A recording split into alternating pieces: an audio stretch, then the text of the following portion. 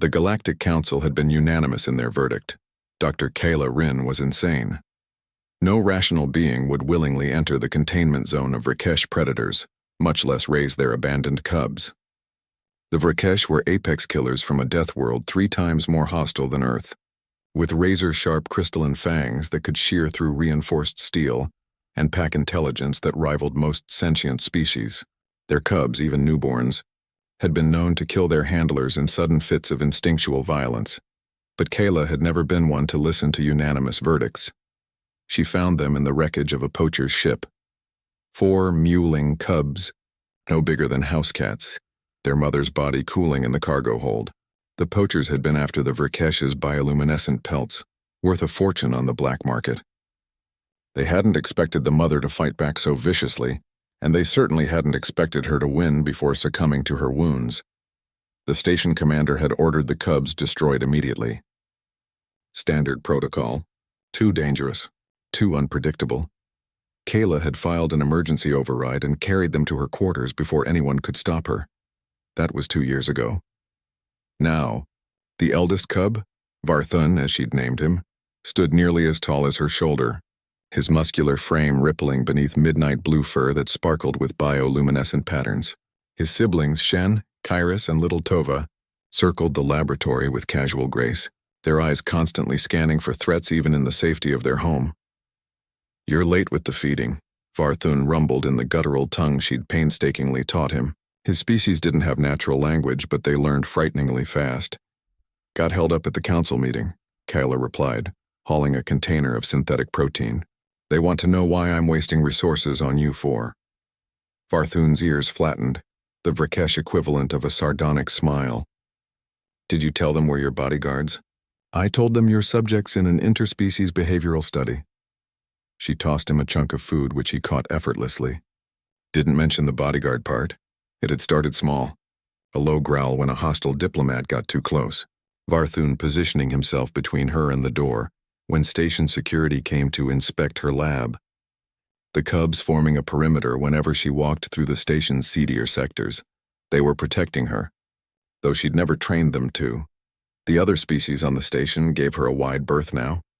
It wasn't just fear of the Vrakesh, it was something deeper. Humans had a reputation in the galaxy, stubborn, reckless, and bizarrely capable of befriending creatures that should by all rights tear them apart. Kayla was living proof. 3 months after that council meeting, everything changed.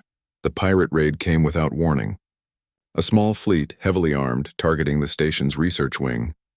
They wanted the genetic samples stored in the xenobiology labs, priceless biological data from 100 worlds. Alarms screamed through the corridors. Station security scrambled to respond, but the pirates had hacked the blast doors. They were moving fast, killing anyone who resisted. Kayla was in her lab when they breached the sector. She heard the plasma fire, smelled the acrid smoke. Her fingers flew across the terminal, initiating the emergency lockdown protocols. But she knew it wouldn't hold. The door exploded inward.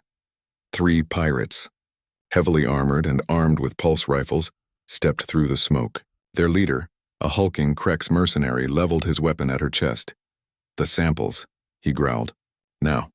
Kayla raised her hand slowly. Behind her, she heard the soft rustle of movement. The cubs had been sleeping in the back chamber. They weren't sleeping anymore. Varthun emerged first, silent as death, his eyes blazing with an eerie blue light. Shen and Kiris flanked him low to the ground, muscles coiled. Even Tova, the youngest, positioned herself protectively in front of Kayla's legs. The lead pirate laughed. "Pets? You think you're—" He never finished the sentence. Varthun moved faster than anything his size had a right to move. One moment he was 10 feet away. The next, his jaws were clamped around the pirate's rifle, wrenching it aside as Shen lunged for the mercenary's exposed flank. The Krex screamed, a sound cut short as Kiris struck from the opposite side with surgical precision. The other 2 pirates fired wildly, plasma bolts scorching the walls. Tova snarled and darted forward, impossibly agile, driving one pirate back into Varthun's waiting claws. The final pirate turned to run and made it 3 steps before Shen brought him down. It was over in seconds. Kayla stood frozen, her heart hammering, as Varthun padded back to her. His muzzle was stained with blood, but his eyes, Those intelligent, fierce eyes were soft as he pressed his massive head against her hand. "Safe," he rumbled. "You safe now?" Station security arrived 5 minutes later to find Kayla sitting on the floor, surrounded by 4 Vrakesh predators who watched the approaching guards with expressions that promised violence if they came too close. The council held an emergency session the next day. They'd expected her to be dead. Instead, they found her giving testimony while Varthun dozed at her feet, his siblings arranged in a protective semicircle around her chair. These creatures, the council head began carefully, were deemed too dangerous for civilian interaction. Kayla met his gaze steadily. "These creatures saved my life and prevented the theft of irreplaceable research. I'd say that makes them assets, not threats. They killed 3 individuals, 3 armed pirates who were attempting to murder me." She rested her hand on Varthun's head. He leaned into her touch. "They showed restraint, tactical intelligence, and loyalty. Everything you said they couldn't possess." The council chambers fell silent. It was a human trait everyone knew.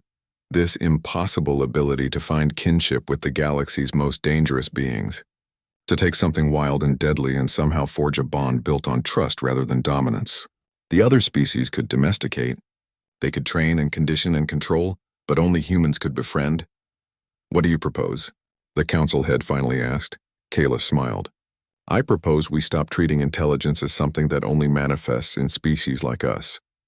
The Vrakesh are smart, social, and capable of loyalty.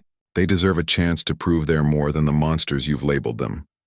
6 months later, the station approved funding for the Vrakesh integration program. Kayla became its director, with Varthun and his siblings serving as ambassadors for their species. They said the cubs would kill the human. Instead, they showed the galaxy what it meant to be a pack, and at the center of that pack, teaching them, trusting them, standing fearlessly among fangs and claws, was a human who'd never believed in unanimous verdicts. Dr. Kayla Rin's personal log. Entry 847, "Varthun asked me today why humans aren't afraid of things that could kill us.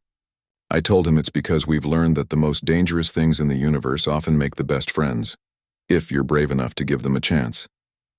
He thought about that for a long time. Then he said, "You gave us chance. Now we give you forever. I think I'm going to need more tissues."